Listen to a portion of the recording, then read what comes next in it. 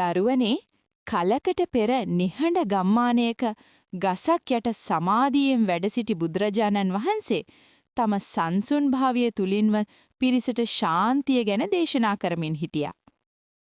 හිතේ තියෙන කේන්තියෙන් සහ නොසන්සුන්කමින් පීඩා විඳින මිනිසෙක් මෙම සාමකාමී පිරිස ළඟට කඩා වැදුනා. ඉතින් ළමයිනේ ඒ මිනිසා තම මුළු කේන්තියම වචන වලින් පිට කළද්ද බුදුරජාණන් වහන්සේ කිසිම චලනයකින් තොරව නිහඬව වැඩ සිටිසේක.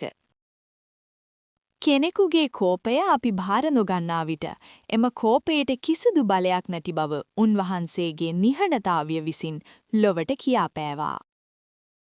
ටිකෙන් ටික සත්‍ය අවබෝධ වූ නිසා මිනිසාගේ සිතේ තිබුණු දැඩි කෝපය නිවි ගියා දරුවනි.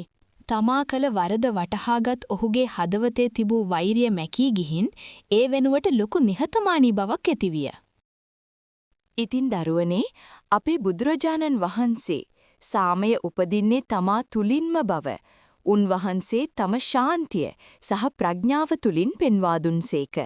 ඉතින් චූටි දරුවනේ නොසැලෙන පර්වතයක්සේ බාහිර බලපෑම් හමුවේ ඔබේ සිතේ සැනසීම රැකගන්න. මන්ද සැබෑ සාමය උපදින්නේ අන් අය විනාශ කිරීමෙන් නොව තමා දිනා ගැනීමෙන්ම පමණයි.